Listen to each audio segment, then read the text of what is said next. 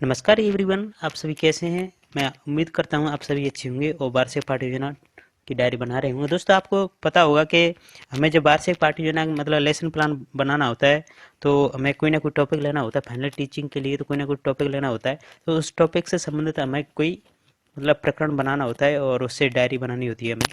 तो दोस्तों, आपने ऐसे ही लिया है तो अपने ज्योग्राफी में वर्षा के प्रकार लिया है या नहीं लिया है तो आप ऐसे इस वीडियो को देखकर आप ले सकते हैं। कोई दिक्कत नहीं है। ठीक है दोस्तों, आप चाहे तो ऐसे की ऐसे आप अपनी डायरी में लिख सकते हैं। ठीक है दोस्तों, आगे चलते हैं, वीडियो को स्टार्ट करते हैं। तो सबसे पहले आपको विद्यालय का नाम लिखना है। उस विद्यालय का नाम लिखना है जहाँ पर आपने इंटर्नशिप की है। उसके बाद है छात्राध्यापक का नाम लिखना है और उसके बाद कक्षा है, विषय, उपविषय, दिनांक है, समय अवधि है, कालांश है, इकाई है। इस तरीके से आप अपनी सभी जानकारी लिख दें। और जैसे कि मैंने उपविषय भूगोल है, भूगोल में यही आ जाता है। जैसे वर्षा के प्रकार, अगर आपने भूगोल लिया है तो आप भूगोल में भी ऐसे इस वर्षा के प्रकार को बना सकते हैं। ठीक है दोस्तों, तो अगला है अगला है यहाँ पर उद्देश्य है दोस्तों। एक सामान्य उद्देश्य, एक विशिष्ट उद्देश्य। तो इस तरीके से आप लिख सकते हैं और आप देख लीजिए। ठीक है दोस्तों, मैं ऐसे ही बताते जाऊंगा और आप इस तरीके से देख सकते हैं, क्योंकि मैं ज़्यादा सब डिटेल में बताऊंगा तो टाइम बहुत लग जाएगा, वीडियो बहुत लंबी हो जाएगी। आप स्क्रीनशॉट ले सकते हैं। ठीक है दोस्तों, ऐसे भावात्मक है, गैर क्रियात्मक है, इस तरीके से इन उद्देश्यों के लिख सकते हैं। उसके बाद है सहायक सामग्री। सहायक सामग्री जो होती है वो छात्र अध्यापक जो फाइनल टीचिंग में जो ले जाता है ना, डायरी, मतलब डायरी ले जाता है और उसमें क्या क्या सामग्री है, जैसे कि चौक है, डस्टर है, श्याम पट्ट है, लेपित श्याम पट्ट है, संकेत है, निम्न सामग्री छात्राध्यापक को ले जानी होती है। ठीक है दोस्तों, ऐसे कोई ज़्यादा ले जाते नहीं है, लेकिन आप चाहो तो ले जा सकते हो, कोई दिक्कत नहीं है। उसके बाद है पूर्व ज्ञान। पूर्व ज्ञान है जैसे छात्र वर्षा के बारे में सामान्य जानकारी रखते हैं, इस तरीके से। ठीक है दोस्तों, शिक्षण विधि। शिक्षण विधि वो होती है दोस्तों जो हमें अपने प्रकरण में कौन कौन सी विधियों का हम प्रयोग करते हैं। जैसे कि बच्चों से प्रश्न भी पूछेंगे, कथनात्मक विधि, हमें हमें बच्चों को कुछ बताना भी होगा, प्रदर्शन विधि जैसे चित्र है आदि वगैरह हमें कुछ दिखाना भी होगा। इस तरीके से आप शिक्षण विधि भी लिखेंगे। उसके बाद आता है शिक्षण बिंदु। शिक्षण बिंदु में क्या है?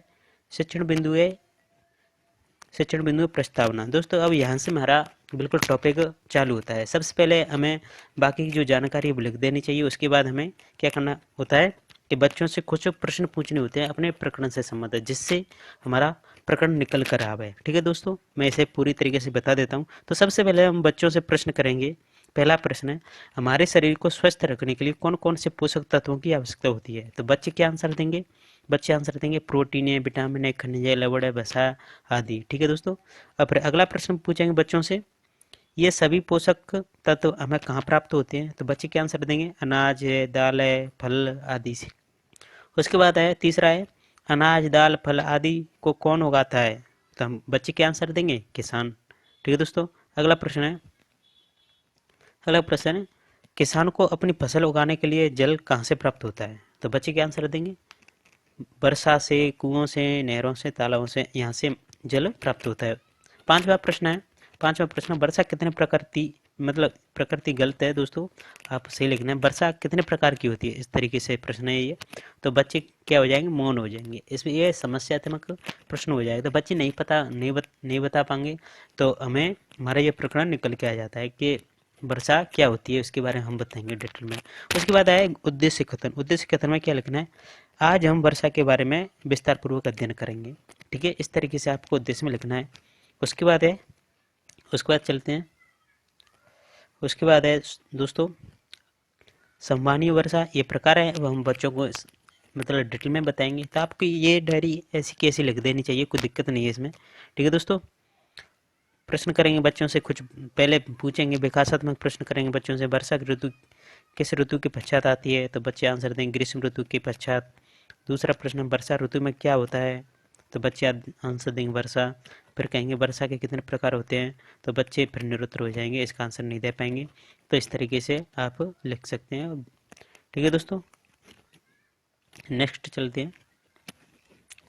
तो दोस्तों, मैं यही चाहूँगा कि आप ये डायरी लिख रही है, आप ऐसी कैसे लिख दें, कोई दिक्कत नहीं है और आप अपनी डायरी बना सकते हैं इस तरीके से। क्योंकि मैं सब कुछ डिटेल में बताऊंगा तो बहुत टाइम लग जाएगा।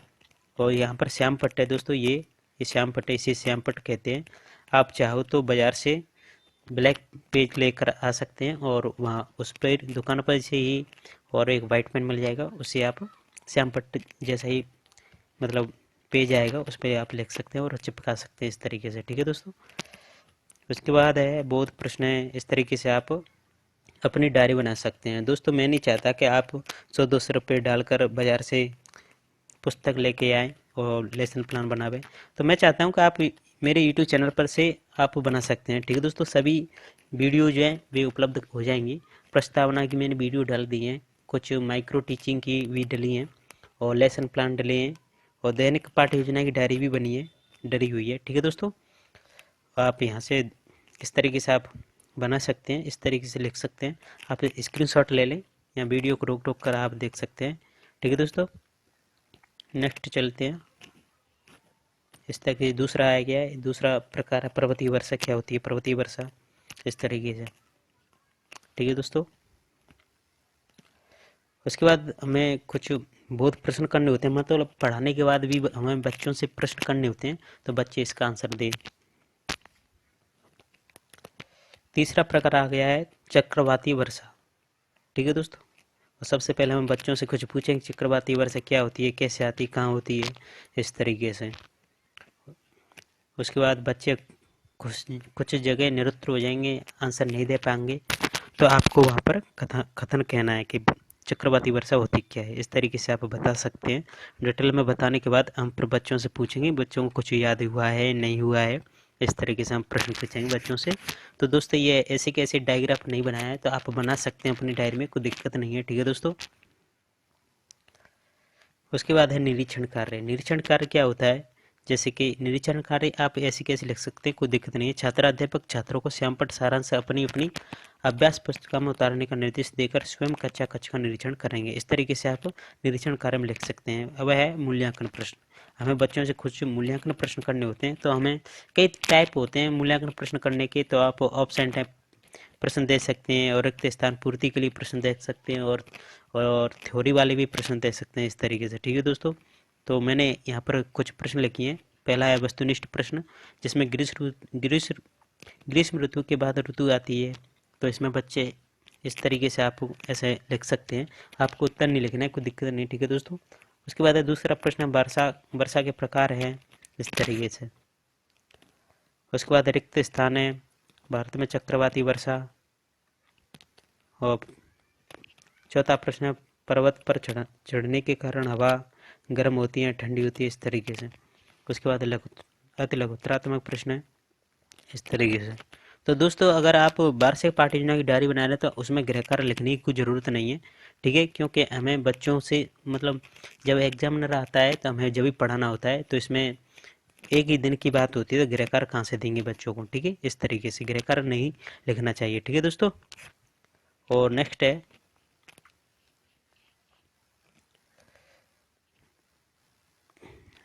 है दोस्तों ये डायग्राम है जो हमें जब हमारा प्रकरण इसी से संबंधित है, इसी से संबंधित हमें कोई मॉडल बनाना होता है, इस तरीके से जाते जिससे बच्चों को दिखे कि होता क्या है। इस तरीके से हमें मॉडल ले जाना होता है जब फाइनल टीचिंग होती है तब।